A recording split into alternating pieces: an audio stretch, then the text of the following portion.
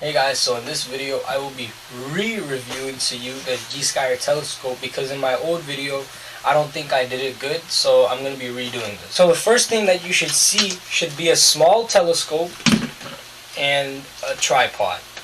Now this telescope uses this cover just over here, so that's what makes it look really big, only it's not really that big. Poof. So there should be a covering on top of that cover just to cover up and keep it safe. You can take that off, and there should be one in the first lens.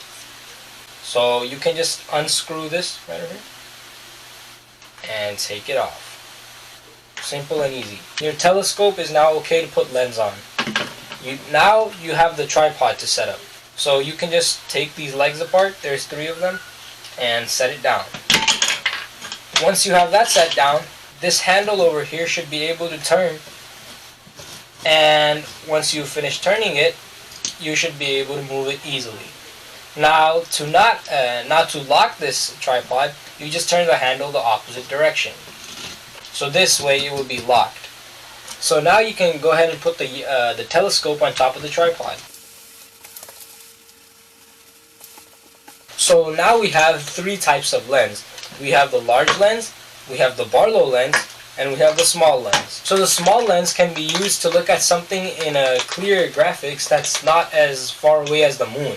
So if you're just wanting to test out your telescope in the daytime and you're like, okay, I guess there's that tree, I can take a look at it, you would want to use these. So the big lens, these help you look at the moon in the nighttime. Now let's say you don't want to look at the moon and you want to look at a distant planet like Mars. In order to look at those, you would need the Barlow lens 3 times. So all these Barlow lenses really do is it increases these 3 times and it increases this 3 times. So I mean, if you were gonna look at Venus, you would probably use Barlow lens plus this. And in order to do that, I'm gonna explain to you how to put these together now. You can go ahead and open this up. This should just slide open and the big lens should come out. This lens should be protected with a black cap on top of it. You can take that off. And so you can just go ahead and fit this inside the Barlow lens. But you have to be careful that this is unscrewed or else the Barlow lens could break. And you can just fit it inside and tighten it up. But not too tight.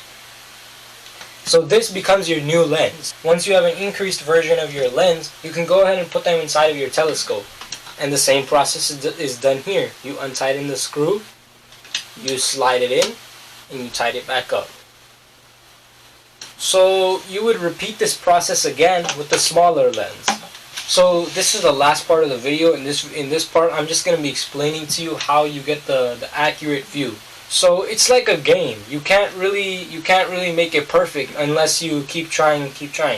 So let's say that I have locked a target right now. My target is the tree. Okay, there's a tree in front of me, right? Now, if I look inside of it, all I see is blurry. It's blurry. I don't see nothing.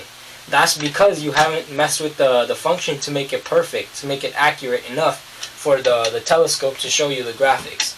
So in order to make it like that, you can just play with this, make it go up a bit, down a bit, until you get the perfect view. Once you get the perfect view, you can go ahead and take a photo of it, or you can just look at it. But yeah, that's the end of the video. And so basically in my other video, I didn't really explain it good. I don't think I explained it in a good way. So I did a remake for that video, and let me know what you thought of my explanation.